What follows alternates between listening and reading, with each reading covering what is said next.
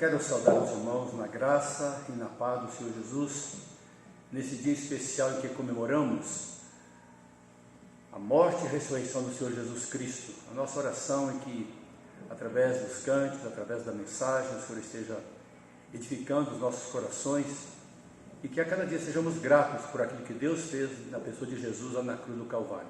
Louvamos a Deus porque Ele não ficou na sepultura, como tantos outros deuses, mas Ele ressuscitou e está vivo, intercedendo por nós junto ao Pai. Que Deus nos dê essa graça de podermos louvar ao Senhor juntos, ainda que separadamente, fisicamente, mas pela graça de Deus estamos unidos num só propósito, que é servir ao nosso Deus, agradecendo por tudo que Ele tem feito em nossas vidas. Que o Senhor assim nos abençoe nesse dia.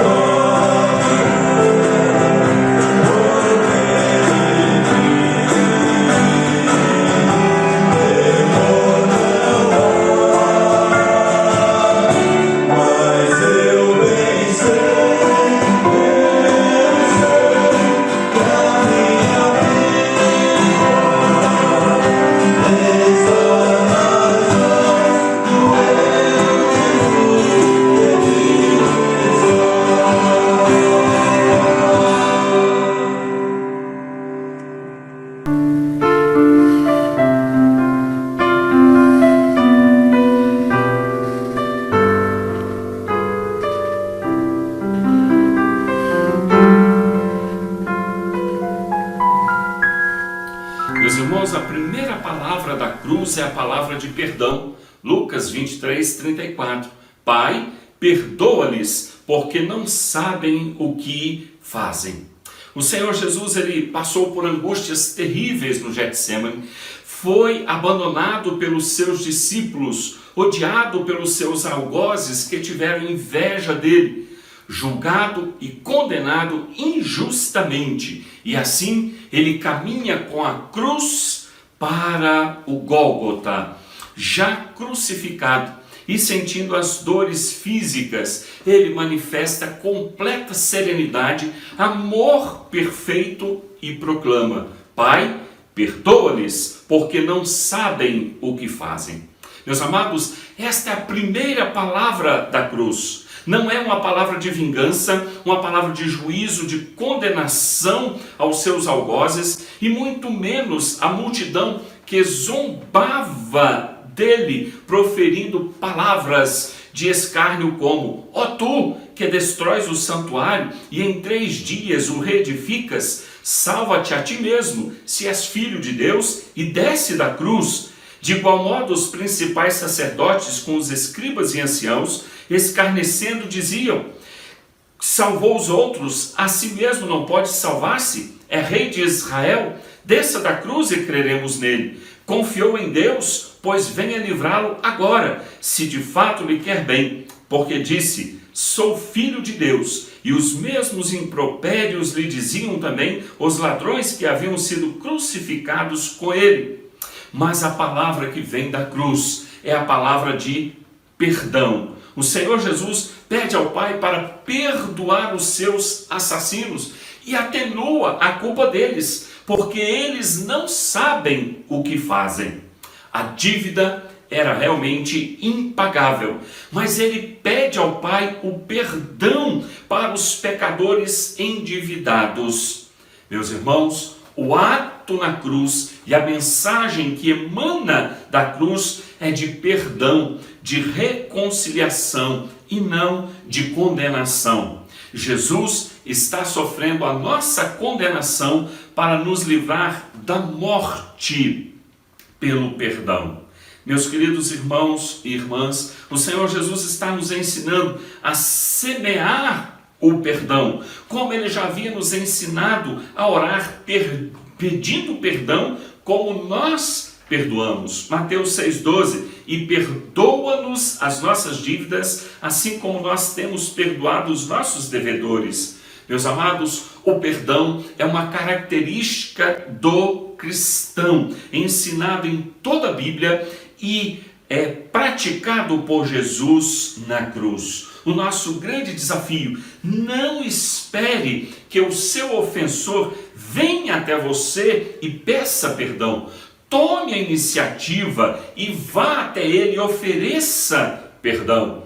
Mateus 16, ou melhor 18:15, se teu irmão pecar contra ti, vai arguí-lo entre ti e ele só. Se ele te ouvir, ganhaste a teu irmão. Oferece o perdão. Toma a iniciativa da reconciliação. Não semeie discórdia, mas reconciliação. Não incentive a guerra, mas trabalhe pela paz. Não haja como os incrédulos, mas como verdadeiros filhos de Deus. Pai, perdoa-lhes, porque não sabem o que fazem. Passemos à segunda palavra da cruz. Graça e paz, irmãos e irmãs. Passo a compartilhar a segunda palavra que o Senhor Jesus disse na cruz do Calvário. Ainda hoje estarás comigo no paraíso. Evangelho de Lucas, capítulo 23, versículo 43. Essa segunda frase que Jesus disse, ele disse em resposta a um dos 2 malfeitores que estava sendo crucificado com ele. Essa segunda frase que Jesus disse é o cumprimento escatológico do que disse o profeta Isaías: em sua morte esteve com malfeitores. Essa segunda frase, ela aponta para o mistério da salvação, que é dada a um homem indigno. Um malfeitor que reconhece o seu crime. Um malfeitor que declara ao outro malfeitor: nós estamos aqui porque cometemos crime, ele não.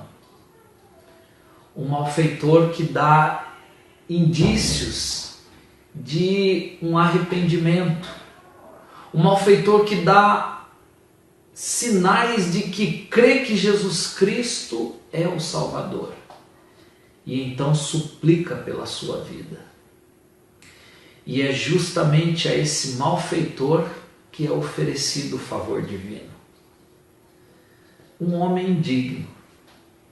Mas há alguém que é digno da salvação? Evidentemente que não. E é a esse malfeitor que Jesus afirma: ainda hoje estarás comigo no paraíso. E quando Jesus faz essa afirmação, ainda hoje, Jesus não está fazendo uma afirmação com referência de tempo na perspectiva humana. Jesus está fazendo essa afirmação ainda hoje a partir do fato de que aquele homem fora realizado a obra soberana de condução do arrependimento, de reconhecimento de que Jesus Cristo é o Salvador. E quando ele suplica: quando voltares no teu reino, lembra-te de mim. Jesus então diz: em verdade te digo, ainda hoje estarás comigo no paraíso. Não é quando, um tempo futuro, mas sim a partir do já. Porque a obra redentora, ela foi planejada na eternidade. Ela acontece aqui na história, mas ela fora planejada na eternidade.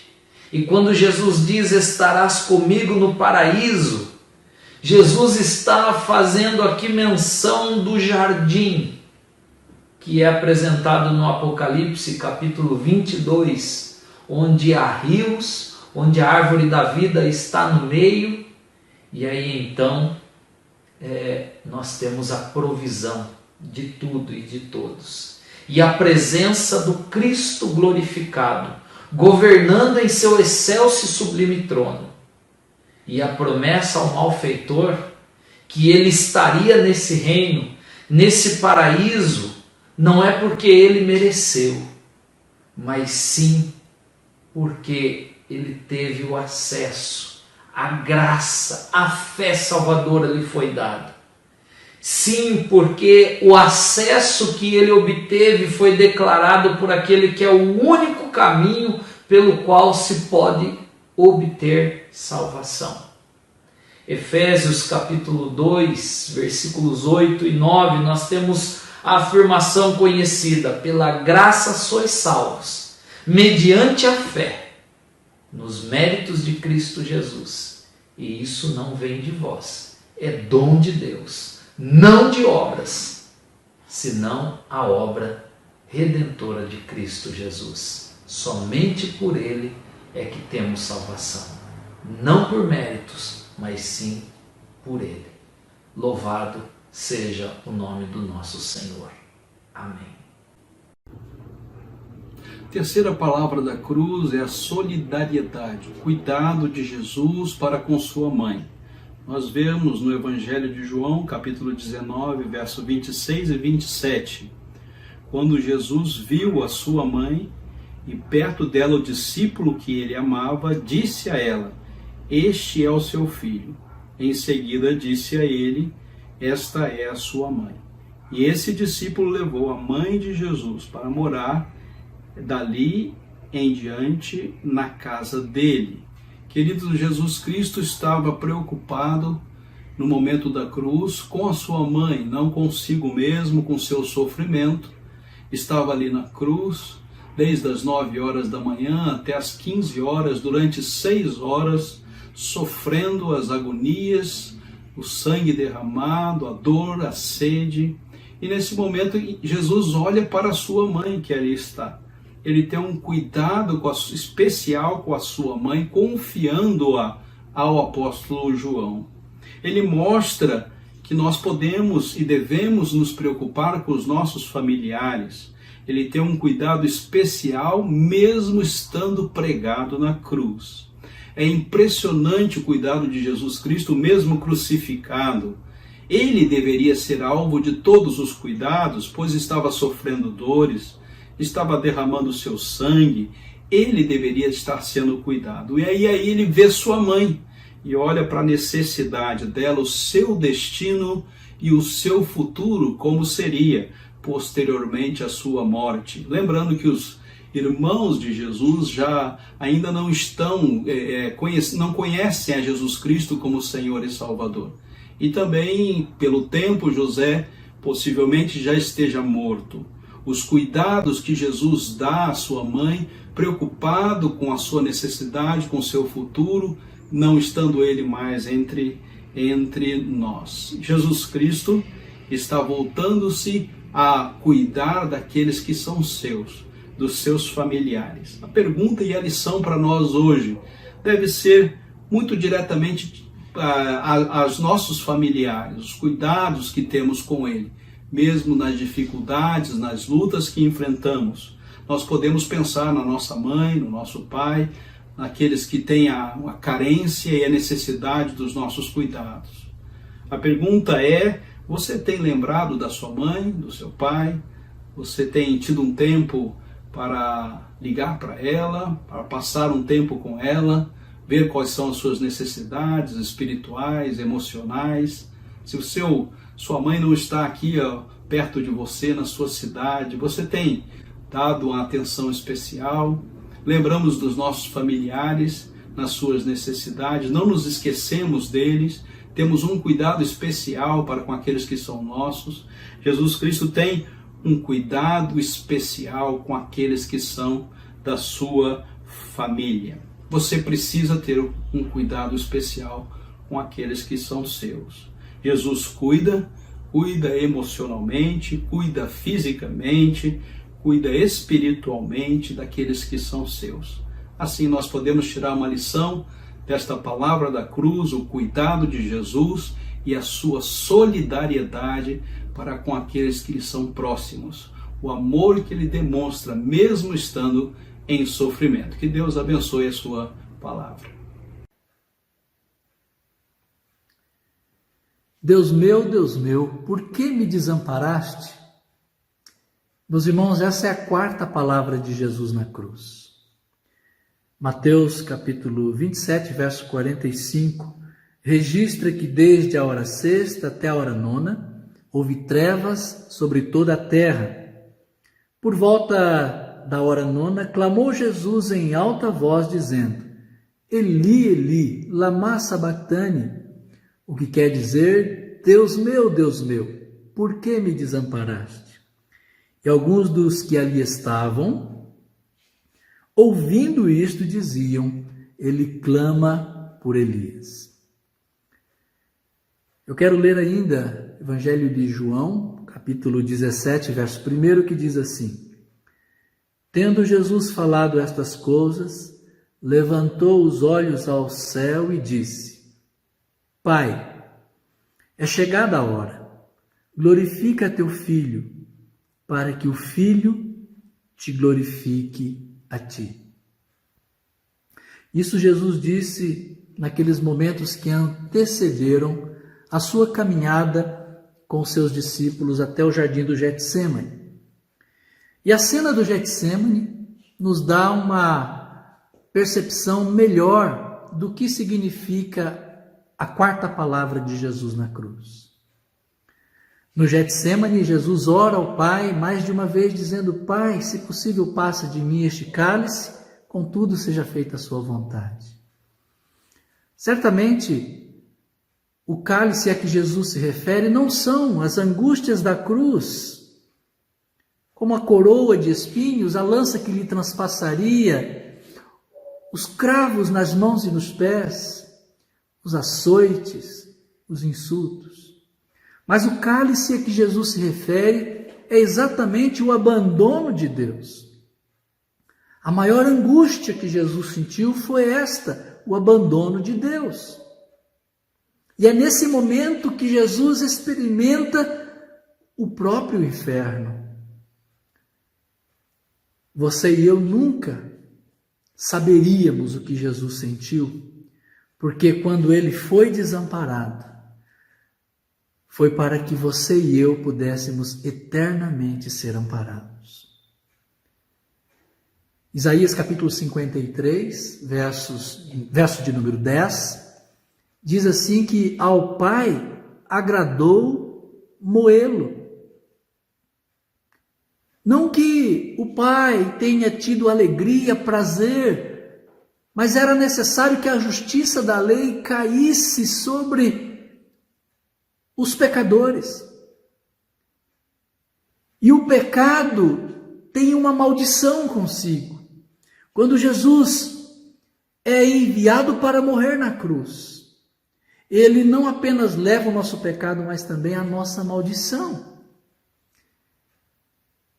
Você e eu podemos celebrar dizendo: Jesus morreu na cruz para me salvar. É verdade, mas essa é uma verdade secundária, porque o propósito da morte de Jesus é aquilo que ele diz em João capítulo 17. Pai, glorifica o teu filho, para que eu também possa glorificá-lo. O propósito máximo da cruz é mostrar a glória de Deus Pai. O propósito principal da cruz, do desamparo de Jesus na cruz, é mostrar um plano maravilhoso de salvação que está sendo executado pelo Deus eterno, todo-poderoso, que se revela não somente como um Deus de justiça, que dá uma lei pesada, mas que dá também agora a remissão da maldição e da consequência do pecado, por causa do sangue de Jesus. Houve trevas, diz o texto. Quando o povo estava para sair do Egito, a 9ª praga do Egito foram trevas. Foram as trevas que antecederam o momento do sacrifício do cordeiro para que o seu sangue fosse passado nos umbrais das portas. As trevas indicam que, portanto, o Cordeiro de Deus estava sendo imolado. É Deus quem o entrega. Ao mesmo tempo é Deus quem o abandona, para que na sua plena humanidade ele sinta todas as angústias e ele sente todo o desamparo do Pai, para que você e eu pudéssemos ser eternamente amparados. Mas mesmo assim, o propósito maior da cruz é revelar aquele que desamparou o Filho e aquele que amparou a você e a mim. É revelar a glória de Deus. Portanto, a Deus toda a honra, toda a glória e todo o louvor. Que Deus te abençoe. O texto que vamos ler é de João 19:28, que diz: Depois, vendo Jesus que tudo já estava consumado, para se cumprir a Escritura, disse: Tenho sede. Esta frase é conhecida como a 5ª palavra de Jesus na cruz. Sabemos que a sede é a desnutrição da célula, quando o organismo vai buscar nos alimentos a água. E isto prejudica a nossa dieta alimentar e debilita o corpo humano. Para entendermos a debilitação de Cristo, podemos começar lá no jardim do Getsêmani, onde em agonia ele suou sangue. Ali, água e sangue Jesus perdeu por um bom tempo. Depois dali ele foi levado para o Sinédrio. No Sinédrio, sendo julgado pelas autoridades eclesiásticas, ele foi torturado. E ali ele recebeu murros, bofetadas, mais água e sangue perdendo naquele julgamento. Depois foi levado para Pilatos. Em um dado momento, Pilatos mandou surrar a Jesus. E os soldados, então, com aqueles chicotes, batiam um após outro, dilacerando assim o corpo de Cristo. Poderia morrer com aquela surra. E aí, então, ele é condenado à morte e teve que ir até o topo do Calvário, de um caminho íngreme, carregando a cruz. Não é sem razão que ele cai no caminho e é necessário que Simão Cirineu o ajude a chegar até lá.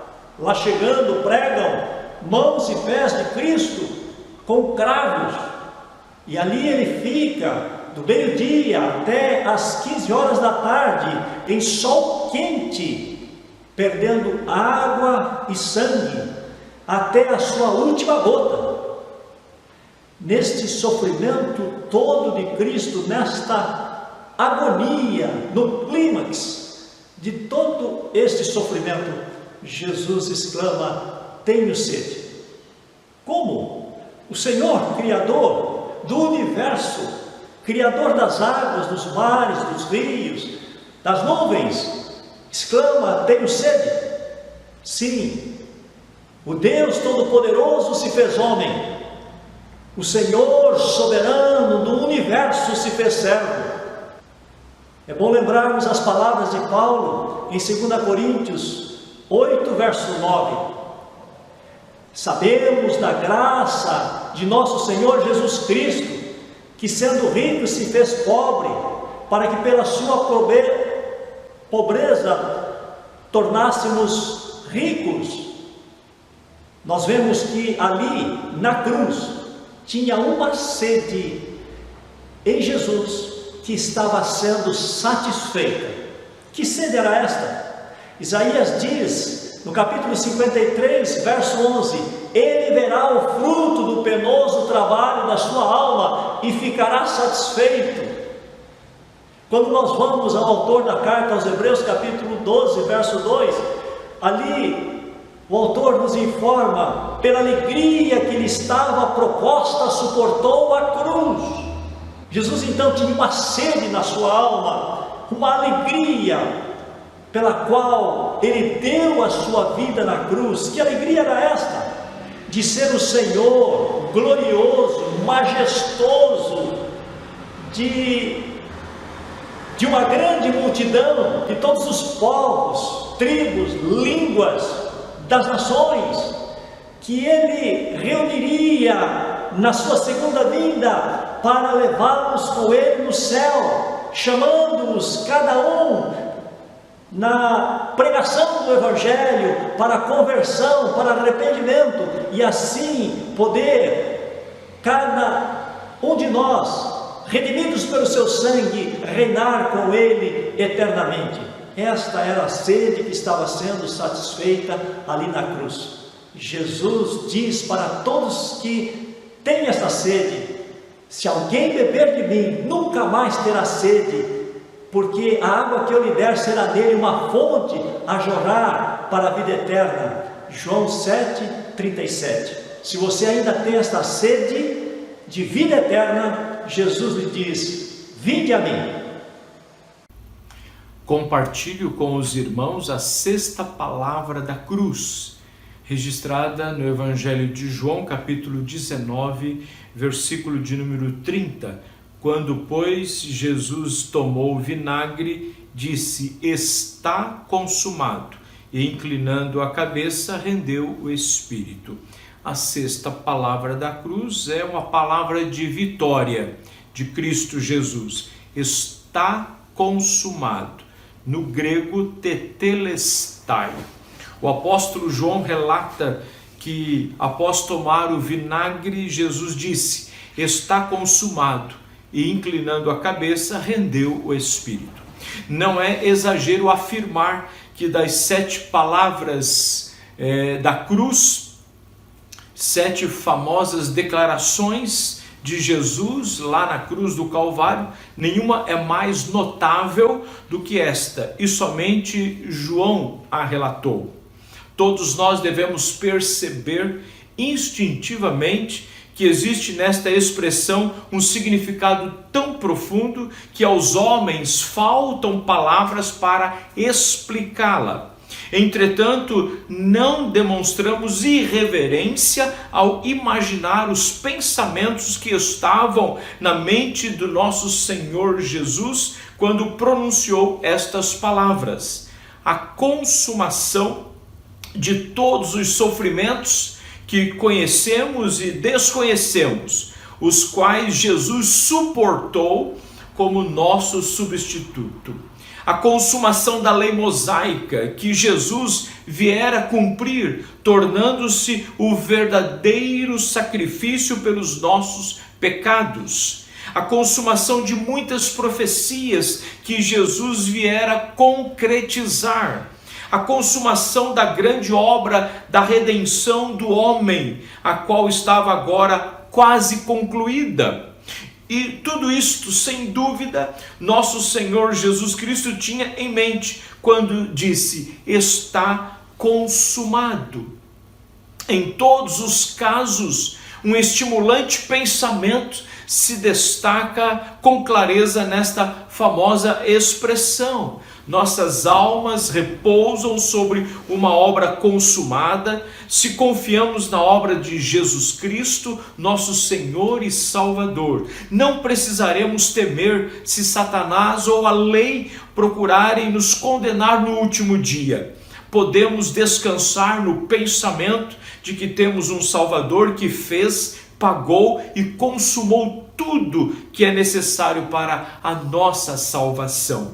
E apropriar-nos das desafiadoras palavras do apóstolo Paulo: quem os condenará? É Cristo Jesus quem morreu, ou antes, quem ressuscitou, o qual está à direita de Deus Pai e também intercede por nós. Romanos 8:34. Quando considerarmos nossas próprias obras, certamente podemos nos sentir envergonhados por causa de suas imperfeições. Mas quando consideramos a obra consumada de Jesus Cristo, sentimos paz, pois o preço por causa da dívida dos nossos pecados foi pago. A salvação do homem havia sido comprada. A reconciliação é completada. A justiça divina, a justificação eterna é produzida. Aleluia! Tendo cancelado o escrito de dívida que era contra nós e que constava de ordenanças, o qual nos era prejudicial, removeu-o inteiramente, encravando-o na cruz. Colossenses 2:14. Que Deus nos abençoe. Bom, coube a mim a última parte das 7 palavras da cruz, e o texto que quero compartilhar neste momento, nesse dia especial, quando comemoramos a morte e ressurreição do nosso Senhor Jesus Cristo, o momento final da sua estada entre nós.